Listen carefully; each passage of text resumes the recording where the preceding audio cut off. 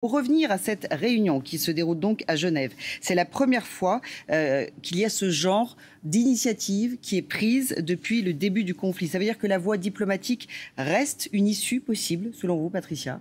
Oui, enfin, on ravive en quelque sorte un vieux mécanisme qui a existé au début des années 2000, justement, quand on venait de découvrir justement le programme de Fordo qui existait. Et là, les Européens avaient constitué ce qu'ils appelaient le E3, c'est-à-dire effectivement Royaume-Uni, Allemagne et France, pour tenter de débuter et de ralentir en tout cas le programme iranien. Ils n'y sont pas arrivés, mais néanmoins ça aboutit après aux fameux accords de 2015, c'est signé entre les Américains et les Iraniens et aussi la Chine, enfin on va pas ceux qui étaient opposés effectivement à ce programme nucléaire iranien, et donc ce E3 a ouvert la route finalement à un accord, mais là aujourd'hui c'est renouer quand même quelques négociations, une bribe de négociations dans un monde où pour l'instant les armes ne font que parler. Aude-Sophie, dans l'idéal, la présence d'un représentant d'Israël aurait été évidemment parfait, l'idéal.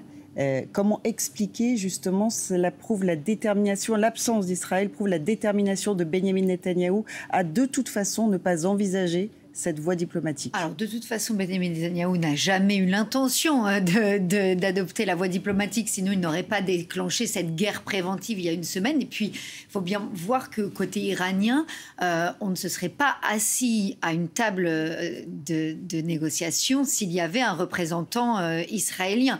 Donc là, on est dans la phase, la première étape pour éventuellement amener à une solution. Mais pour l'instant, on ne s'assied qu'avec les Européens pour éventuellement qu'ils servent de médiateurs, de négociateurs par proxy dans une deuxième, voire troisième étape. On est encore très très loin d'une issue. Stéphane Simon, le poids justement des Européens face aux Iraniens, vous y croyez? Est-ce que ça peut vraiment inverser la tendance ? Si je suis sincère avec vous, je vous dis que je suis très circonspect sur cette initiative. Je pense qu'elle est un petit peu à contre-courant de ce qui se passe actuellement. C'est fait un moment. Nous, on a écrit notre livre il y a déjà plus de 2 mois. Il est sorti il y a plus de 2 mois. On annonçait cette guerre qui allait se concrétiser. Et il se trouve que c'est une guerre qui s'inscrit dans un fil, dans une stratégie israélienne qui prend suite au 7 octobre 2023, qui a pris prétexte de l'urgence de démanteler l'arsenal nucléaire iranien, mais qui est en fait une stratégie.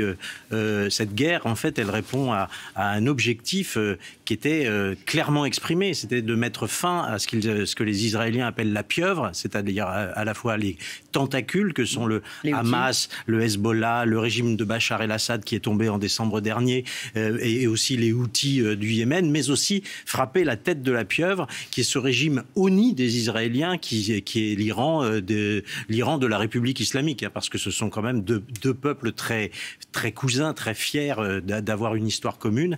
Mais aujourd'hui, on est loin de l'histoire commune. Finalement, Benyamin Netanyahou qui présente cette guerre comme préventive, des frappes massives mais préventives, c'est un vœu qu'il a depuis plus de 30 ans. Attaquer l'Iran, l'ennemi juré. Oui, je ne dirais pas de façon formelle depuis 30 ans, c'est peut-être plus compliqué que ça. Je pense que Israël, le haut commandement militaire israélien a très mal vécu les accords de normalisation de 2015, où les Américains l'administration Obama avait décidé de faire confiance aux Iraniens, et puis je dirais le haut commandement militaire israélien avait estimé que ces accords étaient des accords plutôt scélérats qu'autre chose, et ils ont compris à ce moment-là qu'il faudrait être eux-mêmes très vigilants sur la possible fabrication d'une arme nucléaire iranienne. Donc ce plan, il est nourri depuis longtemps, mais il faut savoir aussi dans la psychologie israélienne que l'observation de ce qui se passe en Iran n'est pas rassurant. Vous savez que dans la plupart des grandes villes iraniennes, il y a des comptes à rebours qui séparent de 2040, qui sont le moment tant attendu de la disparition d'Israël dans la région.